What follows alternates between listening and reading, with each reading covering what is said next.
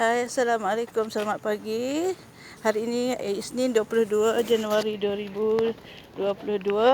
Hari ini kami mulakan hari pagi indah ini dengan bagi makan cat.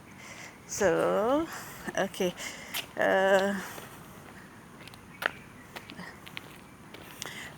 So kami akan memulakan exercise pagi kami. Sekarang ni pukul 6.45. This is satu perkara rutin yang saya lakukan. Dan hari ini saya puasa sebenarnya. Saya dah bangun dari pukul 4 pagi tadi lepas sahur, buat kerja sikit, and then tunggu subuh. Lepas subuh terus kami turun untuk mulakan perjalanan hari ini. So pagi ini saya akan bercakap tentang bagaimana saya dapat idea untuk salah satu projek itu. Actually saya tak percaya pada idea yang datang gedebuk macam tu. So apa yang saya lakukan ialah saya berusaha mencari. Salah satu daripada caranya ialah saya sentiasa mendekati situasi atau menghayati apa yang berlaku sekitar saya. Hai, morning Uncle. Ini salah satu daripada Uncle yang regularly exercise pagi-pagi, tapi dia cuma buat Isnin hingga Jumaat. Sabtu Ahad dia relax, tapi saya keep continue. Saya selalunya saya tidak break lah untuk exercise pagi ni. Saya akan terus daripada Isnin sampai Ahad setiap hari dalam 40 minit setiap pagi dan 40 minit setiap petang. Tapi kalau hari saya puasa, saya tak buat petang lah sebab kena nak prepare makanan untuk berbuka puasa semua. Keadaan masih lagi gelap, tapi kawasan ini adalah very good neighborhood dan selamat. Kita ada security guard ronda semua. Kat depan tu jalan Tempinis, jalan besar. So bila people dah mula kerja, dah mula sekolah, jalan ni agak sibuk sedikit. Okay, dan tapi suasana nyaman. Morning. So kat sini kita ramai jiran yang bukan daripada kalangan Melayu dan kita tengok sikit ya suasana pagi yang indah. Ini jalan Tempinis. Itu depan sana ada kondo. Actually saya buat video ni saya tak akan edit. Apa yang anda tengok itu adalah itu raw video dan ini cara saya untuk berkongsi the reality of writer's life setiap hari.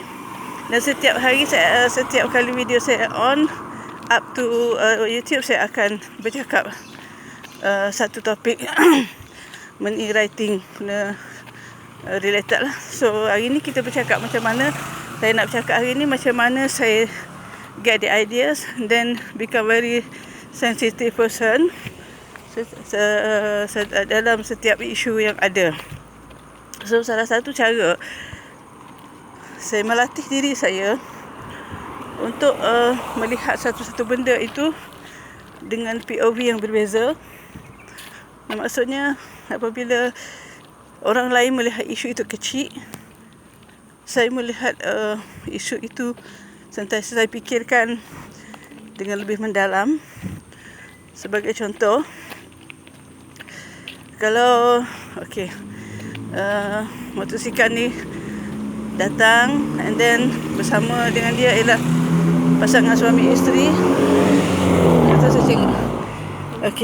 Okay. Tengok saya punya neighbour dah buat preparation untuk Chinese New Year. Cantik.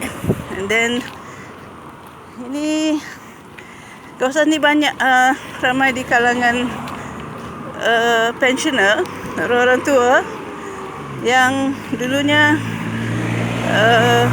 bekerja dengan government ataupun bekerja dengan kedudukan position yang tinggi. Apabila mereka pension, mereka duduk and then menghayati hari pension dengan indah. Okey, kita tengok ke sana. Yang hijau-hijau sana itu adalah kubah Masjid Bangsa ke Masjid Abu Bakar As-Siddiq. So itulah situasi pagi di sini. Kita sambung balik berbincang mengenai bagaimana saya dapat idea. So, sebagaimana yang saya ceritakan tadi, saya melihat satu benda itu dengan POV yang berbeza.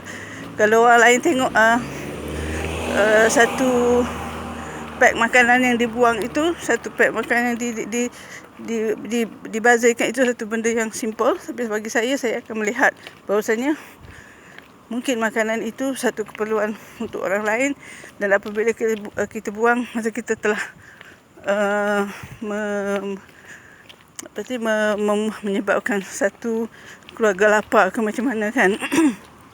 So, apa yang menarik, semalam saya dah tengok satu video mengenai seorang ibu yang bekerja sebagai food panda, yang dia terpaksa carry anak dia sama. Anak dia pun cacat penglihatan.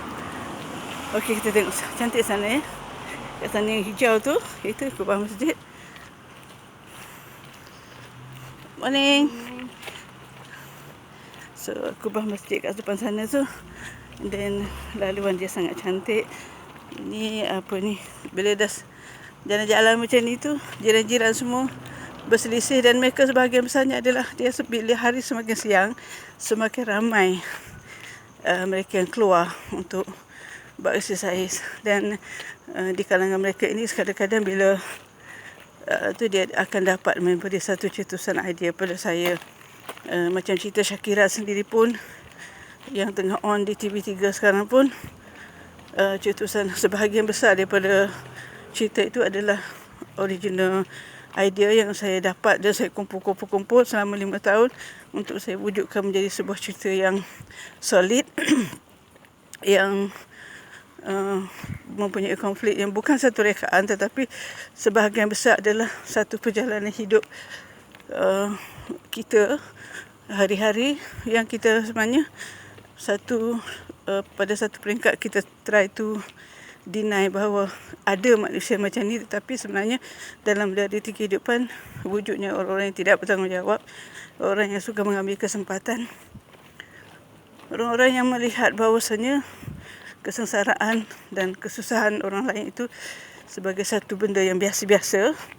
Tapi apabila kita tidak highlightkan dia dalam cerita, dalam drama, orang tidak tahu. Tapi bila kita highlightkan benda tu, dia boleh menyebabkan kita berfikir bahawasanya banyak benda yang berlaku dalam hidup kita ni yang bila tak kena pada batang hidung kita sendiri, kita fikir benda tu tidak berlaku. Tapi bila kena atas batang hidung kita, baru kita tahu bahawasanya itu bukan sebuah drama, tapi sebuah realiti kehidupan. Okey, sekarang saya stop kat sini dulu. Kita sambung lagi untuk video akan datang. Saya nak go exercise. Bye.